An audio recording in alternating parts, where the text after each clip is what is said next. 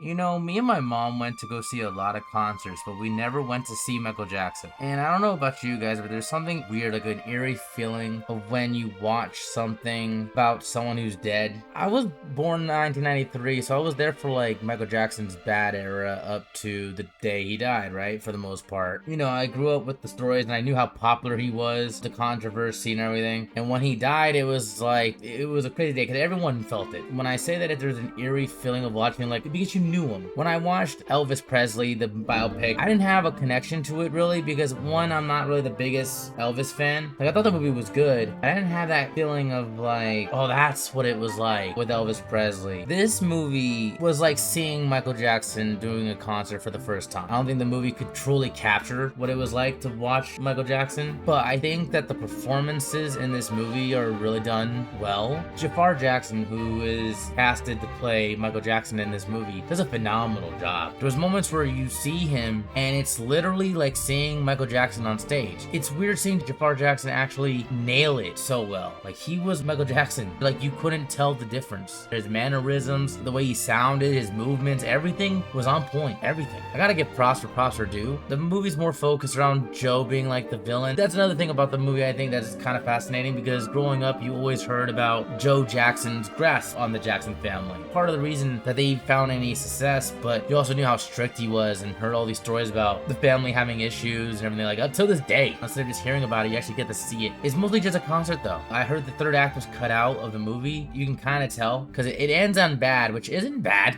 no pun intended. There was supposed to be more, you can tell, because it kind of just ends. And I'll be honest, for the 2 hours that it was, I know some people might say it drags. I didn't think it dragged at all, funny enough, because for me it was like seeing him finally for the first time. But the fact that it was 2 hours, it just passed by. I liked seeing his upbringing and more to Jackson's story, especially the stuff that I was familiar with. It was cool to actually see it. I didn't get to see what I am fully familiar with, which was bad up to the point where he died, which was all the third act that was kind of cut out of this movie. I thought it was fascinating seeing how he brought the Crips and the Bloods together to do the Billie Jean video. Honestly, I've heard stories about that. Kind of nice to see that. I feel like it's an experience, especially now since he's actually dead. No one's ever been to a concert of his. I think it's really good to watch for that. I think it's actually quite the experience to see literally his nephew just manifest Jackson. Janet Jackson's just not in the movie. It was weird because there was this one lady in the movie who's there with the mom every once in a while, and I would have sworn that was her. The other Jackson brothers don't really get too much screen time, but it's mostly about Michael Jackson and his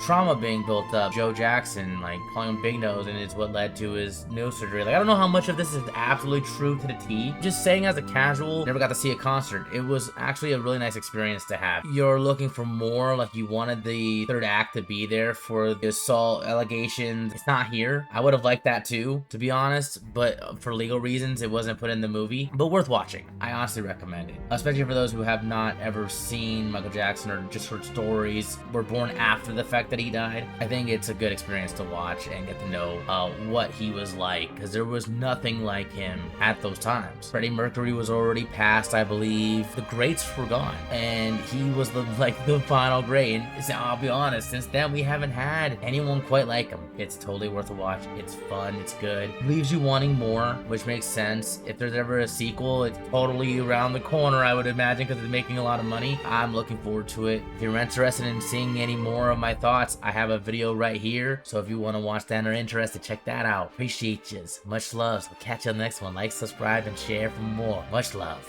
Yeah.